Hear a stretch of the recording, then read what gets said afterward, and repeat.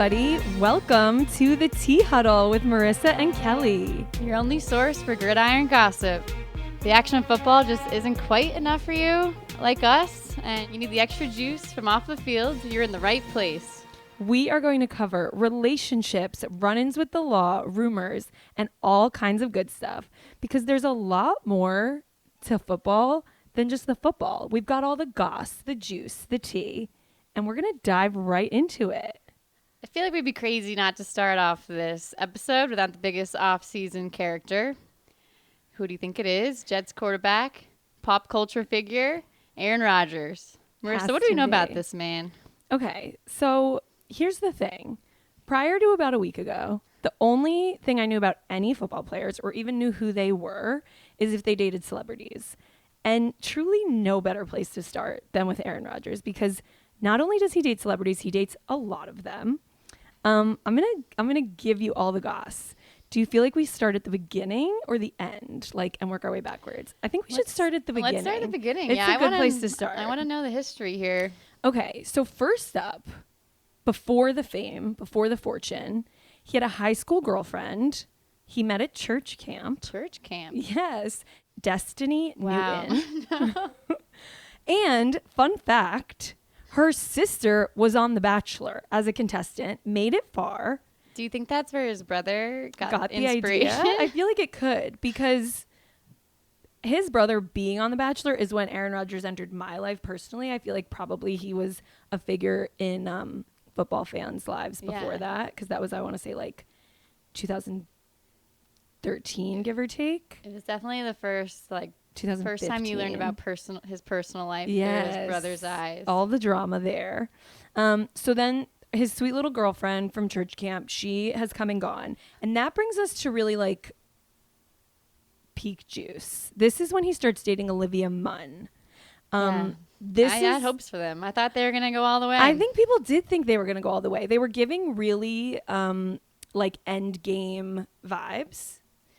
She said in an interview once, Aaron is different than any other man I've ever met. There's so much I could say. Everything a good person can be. You know what he probably wasn't enough of, though? What? He wasn't funny enough. He doesn't seem funny. Although, actually... Not as funny as Mulaney. So they were together, Aaron Rodgers and Olivia Munn, from 2014 to 2017. This is during the time that his brother Jordan is on The Bachelorette. He wins. For those of you who watched, he was the clear front runner from the beginning. Jojo and Jordan. Jojo and Jordan, meant to be. And everybody was excited for hometown visits, hoping that Jordan would get to hometown visits so that we could see famed football player Aaron Rodgers on The Bachelorette. And they don't talk, right? No, that the big scandal? Estranged. Yeah. No relationship with his parents, with his brother. Olivia Munn spoke out and said that she really encouraged him to reconnect with his family and that for a point in time he was speaking to his parents again. But I think just like his relationship with Olivia Munn, that did not last. And it's too bad. At this point in time, I believe he does not have a relationship with his parents nor his brother. So maybe she tried too hard to push the family thing and that's why it couldn't work out. We'll never know. He has a new family now in New York. Yeah, exactly. So after Olivia Munn, rumors, unconfirmed, Kelly Rohrbach, rumored to have also dated Leonardo DiCaprio. We'll hear a lot about him throughout our time here in the Tea Huddle because that man dates. And that man dates beautiful women. And football players date beautiful women. Football players love models. So we'll hear more about some Leo overlap throughout our chats. But so she was just a brief little fling. Yeah, she sounds like a great rebound. Yeah, exactly. And then another one we thought had real potential. He links up with Danica Patrick. She's originally from Wisconsin. So there's the Packer fan probably element there. Also competitive, right? Yes. I feel like they probably... She's a race car driver. Race car driver. Oh, yeah. I shouldn't just assume that everybody listening knows who all these people are. Danica Patrick, race car driver. So fast forward to July 2020. They do break up. And his only real time of being outspoken about the relationship was when he said It was a great relationship. I learned a lot about mindfulness. So now, just personally speaking, if I just ended the relationship with what I thought was the love of my life, I'm giving interviews saying that like all I want is to be engaged and start a family with this person.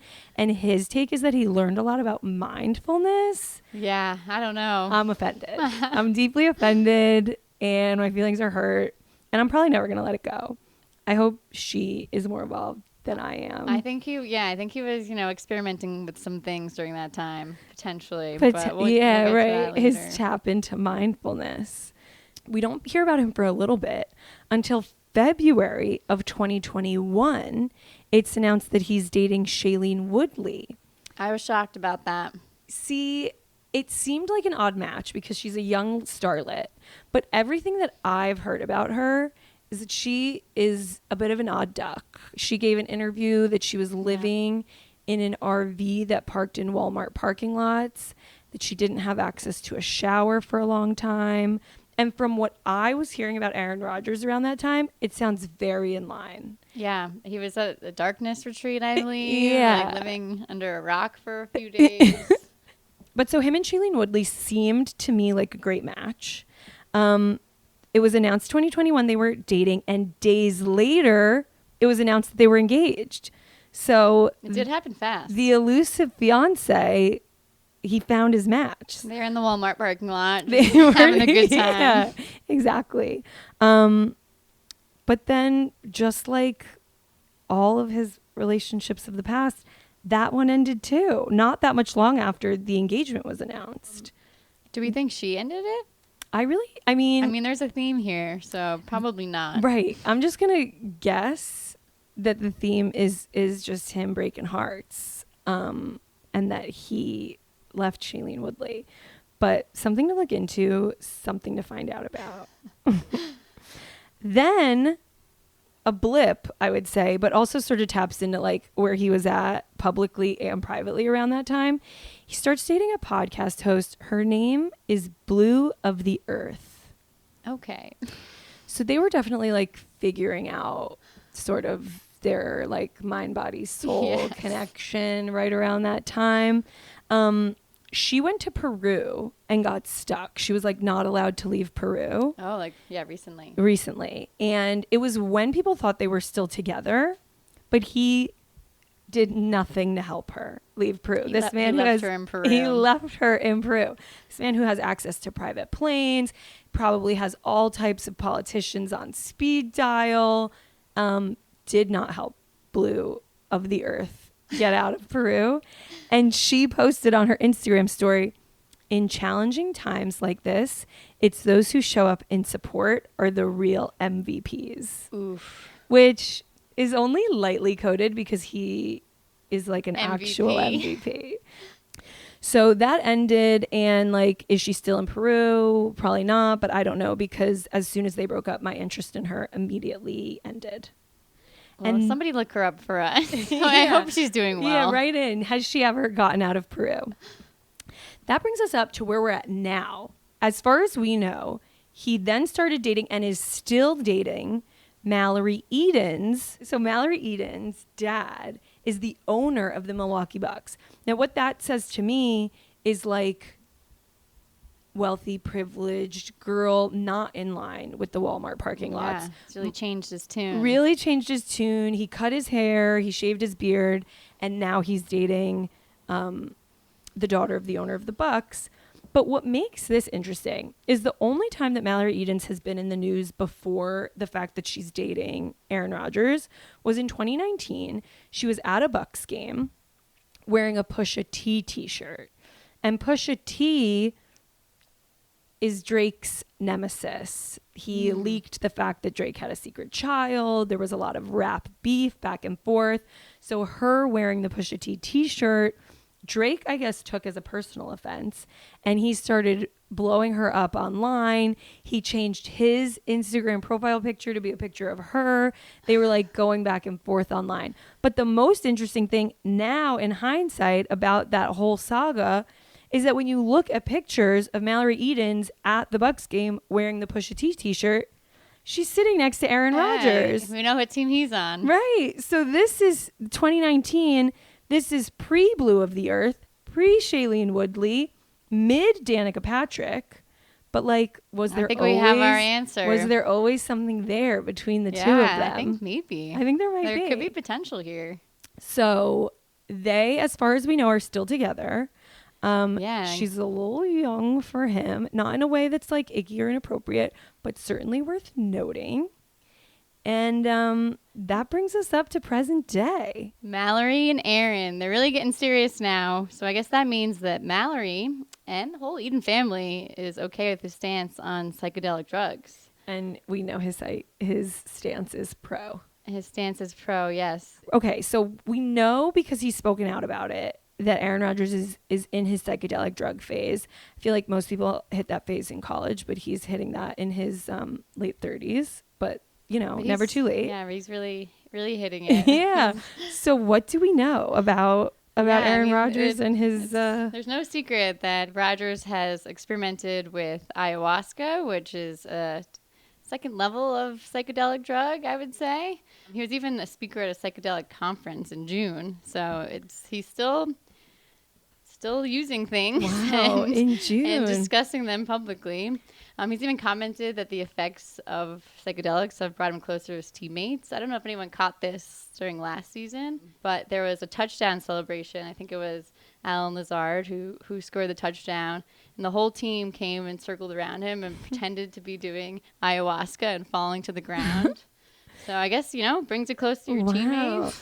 The only thing that I know about ayahuasca is what I learned on Chelsea Handler's Netflix show, Chelsea Does. Oh. And I think there was an episode so it was like Chelsea does blank, Chelsea does whatever. And there was one episode, Chelsea does drugs. And it showed her doing drugs and like different outcomes of what each of them was. Like she tried to sleep on Adderall, I think, and whatever. And so the ayahuasca one, her and her friend, who I believe is Jason Biggs' wife, they flew to Peru. Oh my God, Peru. It all comes back to Peru.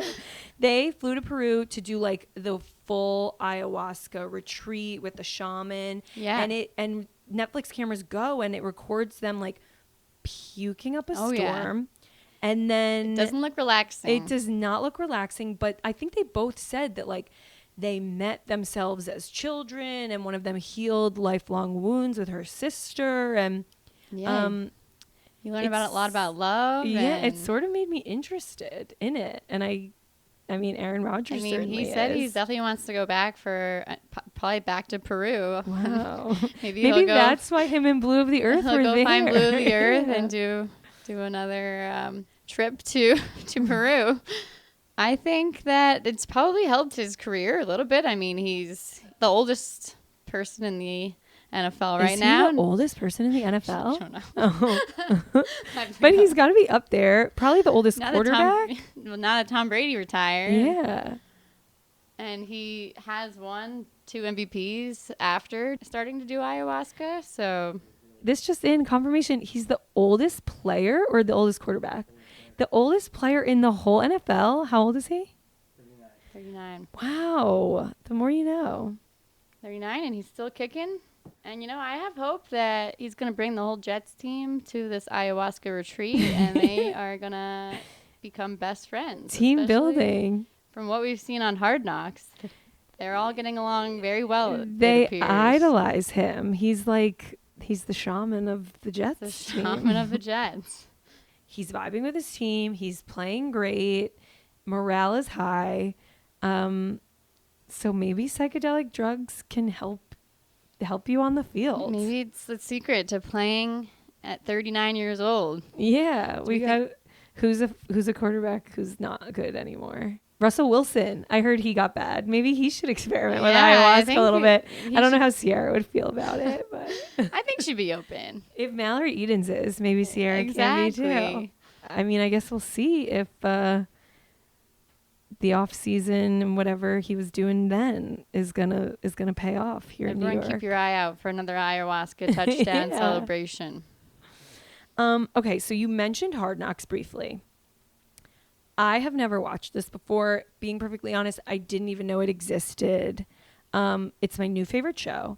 just kidding. It's my second new favorite show. My first new favorite show is The Quarterback, which I'm sure we'll cover at some point. Quarterback before Hard Knocks. Yeah, All right, I'm going to say it I here. like it. Quarterback, number 1, Hard Knocks 2, number 3, Couples Therapy on Showtime. If anybody out there is listening, it's the best. It's not about football, but But it could be. But yeah, it could be. I feel like a lot of these players could use couples therapy. We could get Aaron and Mallory in there, get them on here. There's probably a shorter list of those who don't need it in the NFL. I mean, who doesn't need it? Yeah, true. So I'm loving Hard Knocks. I'm loving just like the insight, obviously, into all the off-field part of it, because that is what brings us here today.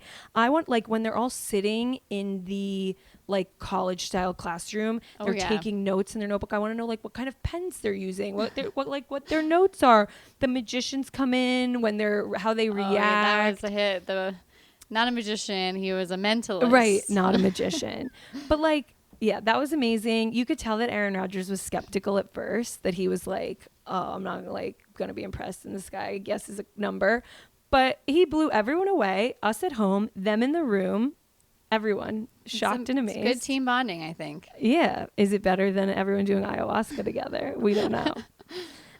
But even like just the B-roll of them making breakfast in the facilities, like I personally am not that interested in running plays and like, you know, whatever else they do when they're playing football, running fast, but it's all the other stuff. It's like they all passed around the chain and talked about how they wouldn't be the weakest link. That was really nice. We like that. I did like all the content on the rookies and the 2 players who were good friends, Brownlee and Gibson. Yes. I was so proud when they made it. They made it on the roster. Very exciting. I was stressed all episode. I didn't have that much hope that Smart is his last name, the one who has been bouncing around like practice squads for 7 years. Yeah. Just doesn't seem to me like after 7 years you're gonna just like finally get amazing and be a starting player on. I mean, I think if he didn't hurt his shoulder, he had real potential. And he had the hearts of everyone at home. But I made that cheese board, the charcuterie board.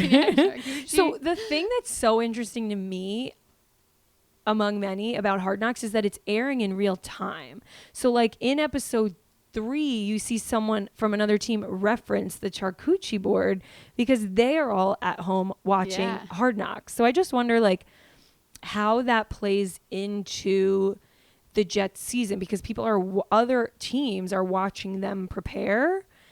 And they must learning their secrets. Yeah, you can tell who Aaron Rodgers' favorite running backs are. Yes, wide receivers. Right, from watching. Yeah, so I wonder if there's any drawback to being the Hard Knocks team. I think so. I mean, there's a reason why Bill Belichick would never agree. Would he never agree? He's all business. He's all right? Business.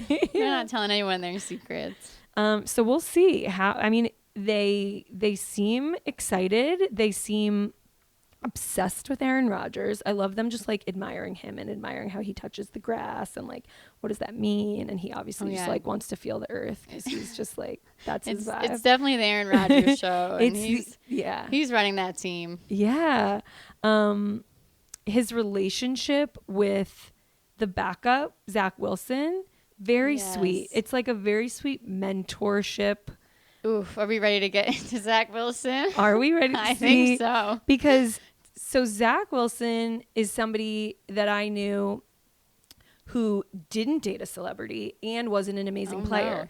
No. And he was a holy man. Somebody has to break through the news cycle to reach me when it's not because they're like the star or dating a Kardashian, and Zach Wilson managed to do it. Yeah, I didn't think he would survive in New York, but I think, you know, he's got some balls. Yeah.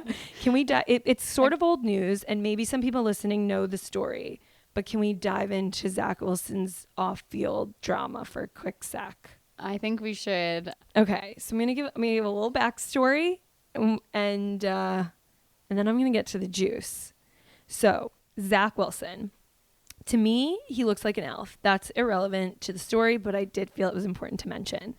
He's a baby. Yeah. Do we know how old he is? We will in a second. 22.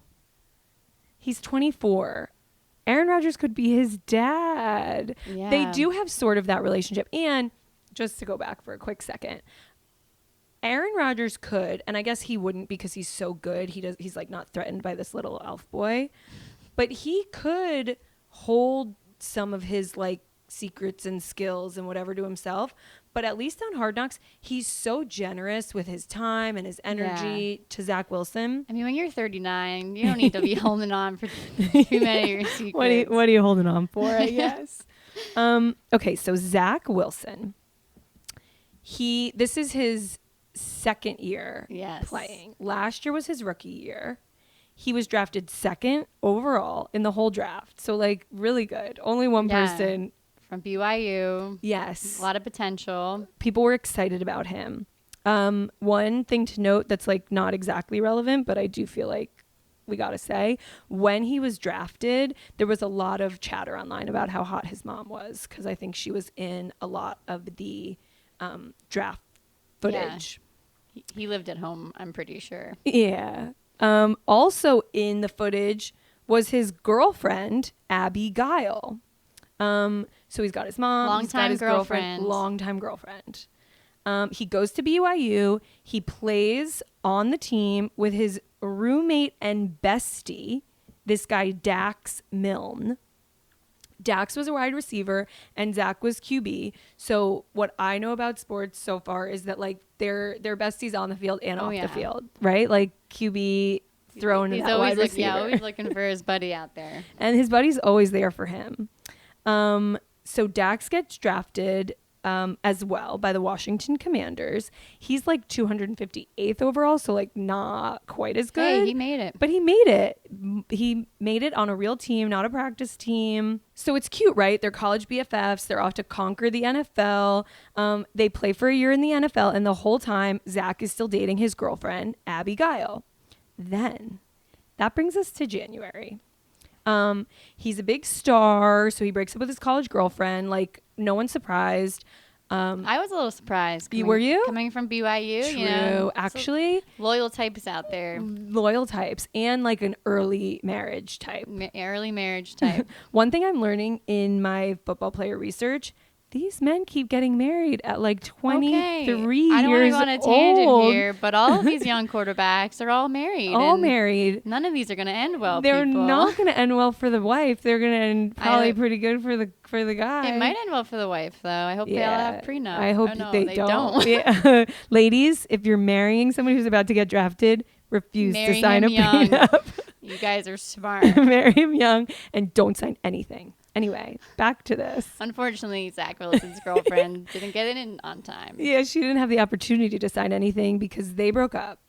Then, a month later, after the breakup, Dax and Zach go back to BYU where they went to school for a basketball game. Still a couple of buddies, still all good on the home front. Abby nowhere in sight because she's out of the picture. So we thought.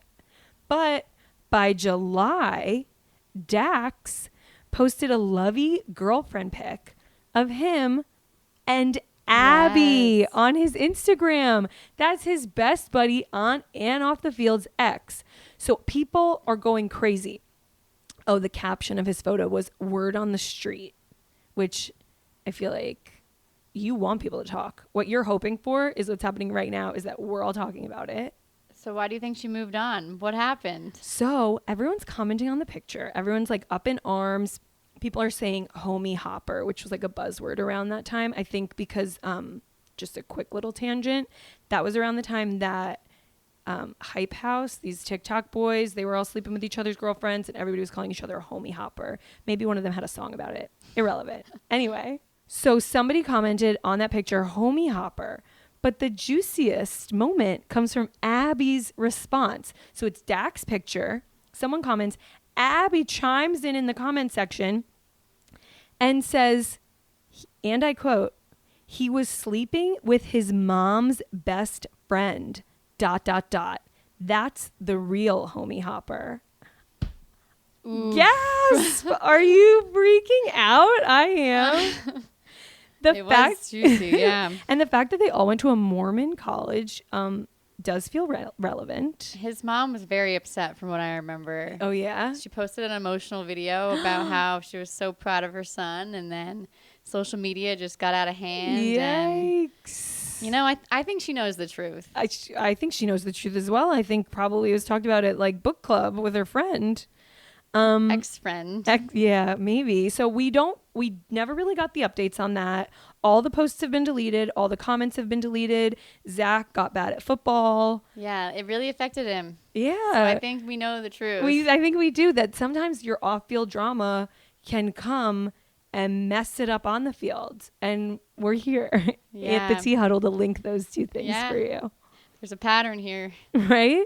So now, is Aaron Rodgers going to take him under his wing, make him the star we all thought he was going to be? At the end of last season, I thought Zach Wilson's career was over, all the gossip around it. He was playing horrible, but I think he's in a great position, and he should feel lucky that he's learning from one of the best out there. Yeah, and Aaron Rodgers should feel lucky that his mom's not going to be around the field because little Zach Wilson lurking around. There you go.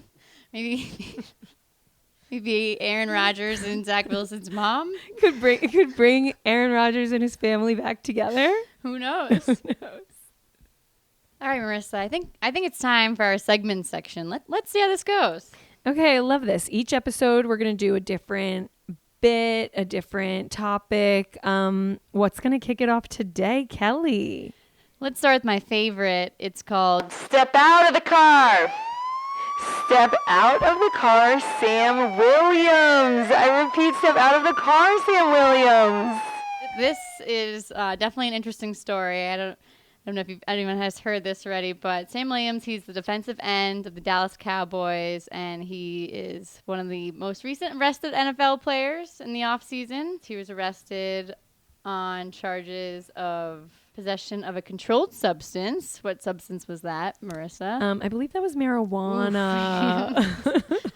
And unlawful carrying of a weapon. I mean, honestly, it's like kind of tame. Not condoning unlicensed firearms. That's a recipe for disaster. But like, if we're keeping tabs on the arrests throughout the season, this is definitely not going to be the worst. Yeah, no, and we hope it's not. Right. But I think the best part about this story is what Jerry Jones had to say about the arrest. I'm going to quote Jerry Jones. Yeah, what did he have to say?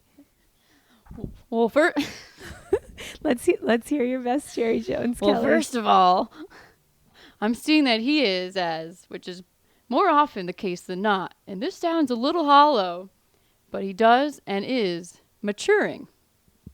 And he is. What? He was going 66 miles per hour? So he's 34 miles an hour less this year than he was last year. 98 to 66. That's an improvement. I mean, first of all, an amazing take on a way to spin an arrest for unlicensed firearms. It's not like the arrest wasn't speeding. It was unlicensed firearms and controlled substance, but he's putting a happy spin on it. And very supportive. I think that's supportive and nice. Jerry Jones is like the really old sort of like fossil guy. Yeah. Yes, he is. Give him a couple more years and he'll turn into fossil fuel. I like that. Also, real quick. 90 to 66 is 32. Hey, Jerry, not 34. He's an old man. You can't count so well. This isn't the first for the Cowboys. They've had many arrests in their lifetime, and they might hold the record for most arrests ever. Do you know? Actually, the record belongs to none other than, are you ready? I don't know. Minnesota Vikings, most No arrests. way. Yeah, a little fun fact for you guys out there. Huh, I'll have to do some research on that Yeah. next episode. Yeah, we should find the best one. Kirk Cousins, what have you done? I would guarantee, just from watching the quarterback, that man has never been arrested, never broken a rule, never driven too fast. No, he would turn himself in immediately. He would. He's so sweet. All right, Kelly. Well, that brings us to our final goss. The final goss. What do you have for us this week, Marissa? Okay, so the big wonder right now, and I hope it's not confirmed in between the time that we're recording and this goes out, but is Joe Burrow heartthrob of the NFL, engaged or not. I know there's been a lot of buzz about it, and I haven't seen it confirmed yet, but it looks like it's a pretty solid case. So this is what we know. Dumois, which if you're interested in gossip and you're not aware of Dumois, go follow, apparently posted that a local jeweler that maybe Joe Burrow has used before in the past posted an engagement ring, tagged him in it. Ooh, that's a His no-no. longtime girlfriend was seen wearing a ring around town, and then immediately jeweler went private, untagged him, can't find the post, can't find the jeweler, and nothing has been confirmed. So You know what I think it is? what do you think? I think maybe he's going to be in the quarterback this season because that would be some good content for them. That would be so good. Not only like him proposing, but then him trying to keep it to the himself. whole backstory of it. Oh, can't wait to Maybe a tune Super into Bowl that. Super Bowl win for him too. She gets a ring, he gets a ring. It's Joe Burrow's year. Yeah. Well, maybe we'll get to the bottom of this in episode 2 of the Tea Huddle. But in the meantime, there's a bar in Cincinnati that is coining a sad Yeah, girl everyone shot go get your sad girl shot. for all the heartbroken gals out Rings there in not for Cincy. Yeah. Hopefully updates to come. Everybody, you got to stay tuned to find out what's going on with Joe Burrow. Well, that's all we got. Thanks, everyone. Tune in for the next episode. There's a lot more tea out there to spill, so stay juicy.